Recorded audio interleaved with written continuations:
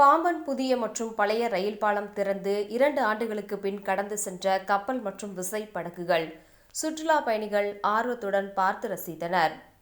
ராமநாதபுரம் மாவட்டம் மண்டபம் ராமேஸ்வரம் தீவு பகுதியை இணைக்கும் வகையில் ரயில் மற்றும் கப்பல் வந்து செல்லும் மீட்டர் கேஜ் பாதையாக ரயில் பாலம் 1914ஆம் ஆண்டு திறக்கப்பட்டு ரயில் போக்குவரத்து நடைபெற்று வந்தது.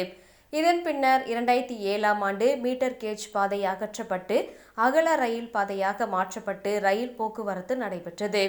பாம்பன் ரயில் பாலத்தின் மைய பகுதியில் கப்பல்கள் வந்து செல்லும் போது திறந்து மூடும் வகையில் உள்ள பாலம் சேதம் ஏற்பட்டு ரயில்கள் இயக்குவதில் சிக்கல் ஏற்பட்டது.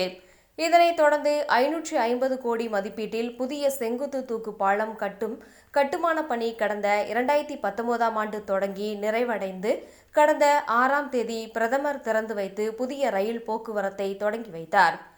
பாம்பன் புதிய ரயில் பாலத்தின் கட்டுமான பணிக்காக கடந்த 2 ஆண்டுகள் அந்த வழியாக கப்பல்கள் போக்குவரத்து நிறுத்தப்பட்டது. இந்த நிலையில் ஆந்திரா மாநிலம் விசாகப்பட்டினம் துறைமுகத்தில் இருந்து கர்நாடகா மாநிலம் கார்வார் துறைமுகத்திற்கு செல்ல கடந்த 3 நாட்களுக்கு முன் சரக்கு கப்பல் பாம்பன் வடக்கு துறைமுகத்திற்கு வந்தது. புதிய மற்றும் பழைய பாம்பன் ரயில் பாலம் திறந்து கடந்து செல்வதற்காக பாம்பன் துறைமுக அதிகாரிகளிடம் கப்பல் கேப்டன் அனுமதி கேட்கப்பட்டது. இதனைத் தொடர்ந்து பாம்பன் துறைமுக அதிகாரிகள் ரயில் பாலம் திறக்க ரயில்வே அதிகாரிகளிடம் அனுமதி கோரிய நிலையில் 30ஆம் தேதி பகல் 12 மணிக்கு மேல் ரயில் பாலம் திறக்க அனுமதி அளிக்கப்பட்டது.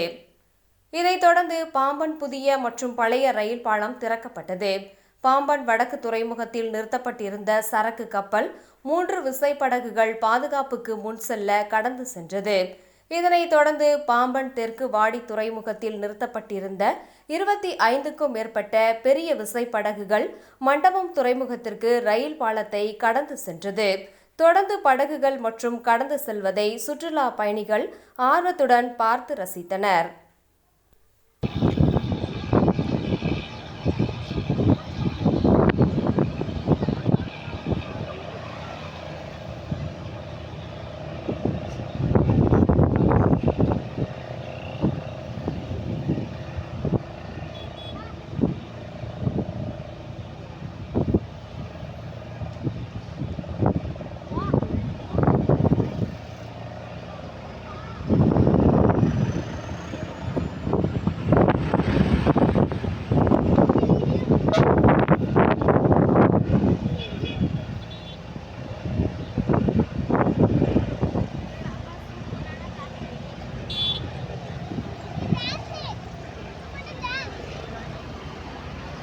Beep.